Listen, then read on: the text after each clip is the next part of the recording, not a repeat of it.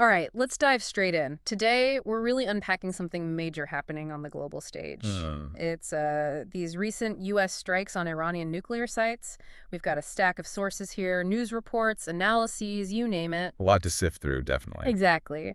And our mission today is, well, to cut through that noise, give you the essential facts, and really highlight what you need to know about this huge geopolitical shift. Let's do it. Okay, so the core event, June 21st, 22nd, 2025. The U.S. launched coordinated airstrikes, Right. targeting three of Iran's most sensitive nuclear enrichment sites, Fordow, Natanz, and Esfahan. The big three, essentially. Yeah.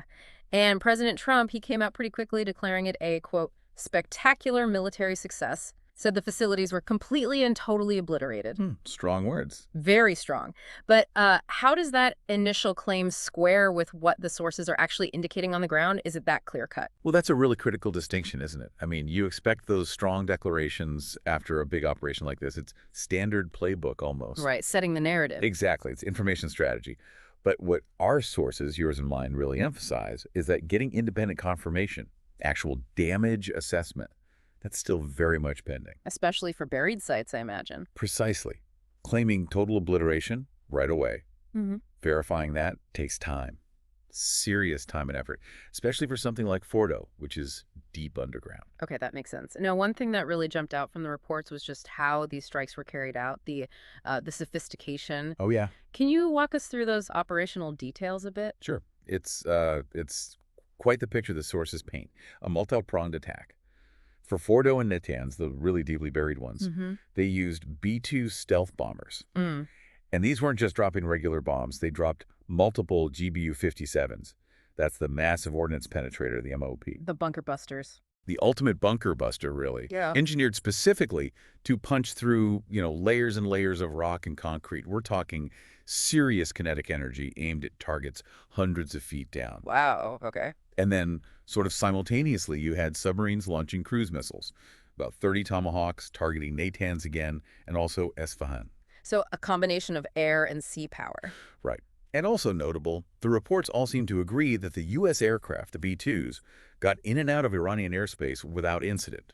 Stealth doing its job, presumably. Okay, so that's the how. We've covered the mechanics. But the really big question, and what a lot of the analysis focused on, is the why. Yes. What pushed the U.S. to take this direct action right now? Yeah, and that's where the context is just, well, essential. The stated reason, the official line, was about degrading Iran's ability to make a nuclear weapon. Stopping them from getting the bomb, basically. Or at least significantly slowing them down, yeah.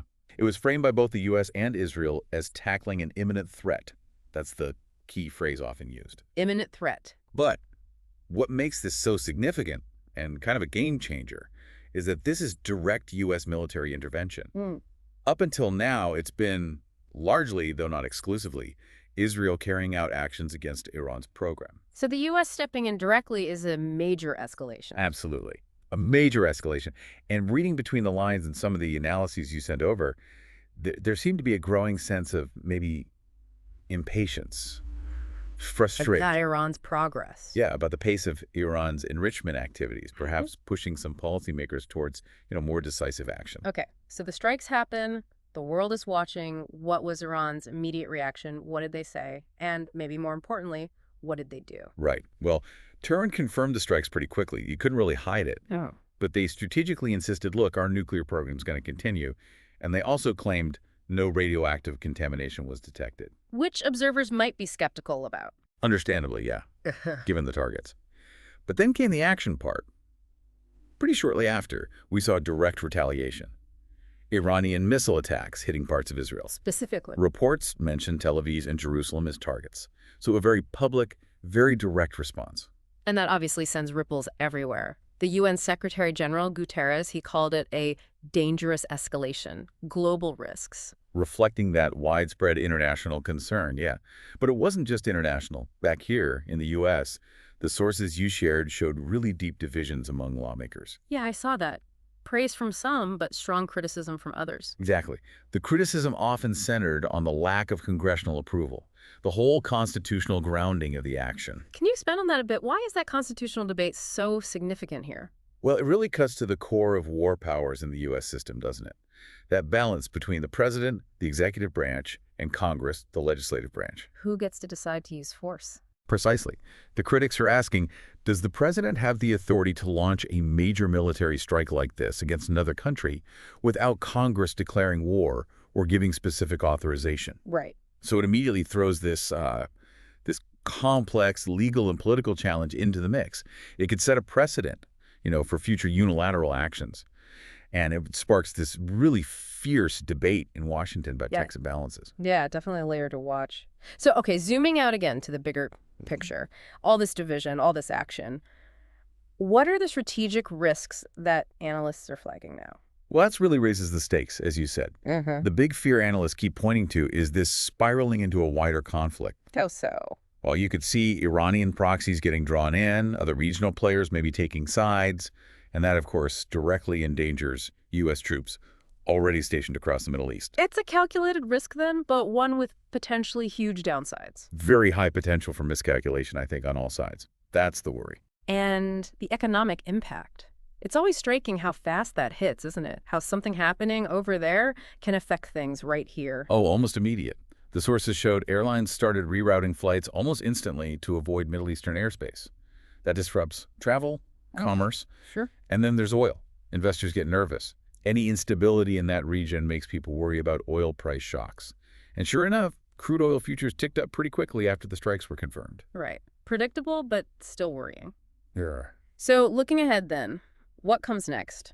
Iran's vowed retaliation, we know that, but the how and when seems uncertain. Very uncertain. That's the million-dollar question, isn't it? Retaliation is almost certainly coming, likely using missile strikes again, or maybe their proxy forces. Yeah. But the exact form, the timing, Iran will likely want to choose its moment carefully.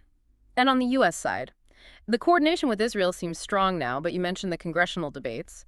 Exactly. That could definitely play a role going forward. While the White House and Israel might be aligned right now, those ongoing debates in Congress, the legal questions, they could potentially constrain future unilateral actions. Adds another layer of complexity to U.S. strategy. So less freedom of movement for the White House, maybe. Potentially, yes, or at least more scrutiny. And meanwhile, internationally, lots of calls for diplomacy, for de-escalation. Yes, you hear that loud and clear. But the risk of further military confrontation feels, incredibly high right now. The situation is tense. Okay, so let's try to boil this down. What does all this mean for you, our listener, trying to stay informed? It seems the bottom line is this is the first direct U.S. aerial attack on Iran's nuclear infrastructure. That's the headline takeaway, really. And it's a sharp shift, isn't it? A really unprecedented move in U.S. policy that just dramatically raises the stakes in the whole region. Absolutely. And while that immediate military goal, hitting Iran's nuclear capacity, might look like it was achieved, at least partially. We still need that damage assessment. Right. Pending assessment. But even if it was militarily effective in the short term, this decision, as we've discussed, it just opens the door to so much else. Unpredictable escalation, serious legal fights back in Washington, and just, heightened global tension across the board. It's interesting how some sources focused on that military success narrative, while others immediately flagged the long-term political fallout as the much bigger story. A real split in focus, yeah. Yeah. Shows the complexity. Both are true, in a way. So I guess the final thought to leave people with is this. Given this unprecedented direct action and all these immediate repercussions, what does this new phase really mean for diplomacy? Is there still room for it? A tough question. And maybe how might future international relations be shaped by this kind of decisive, unilateral military intervention? Something to really think about as this continues to unfold. Definitely something to keep watching very closely.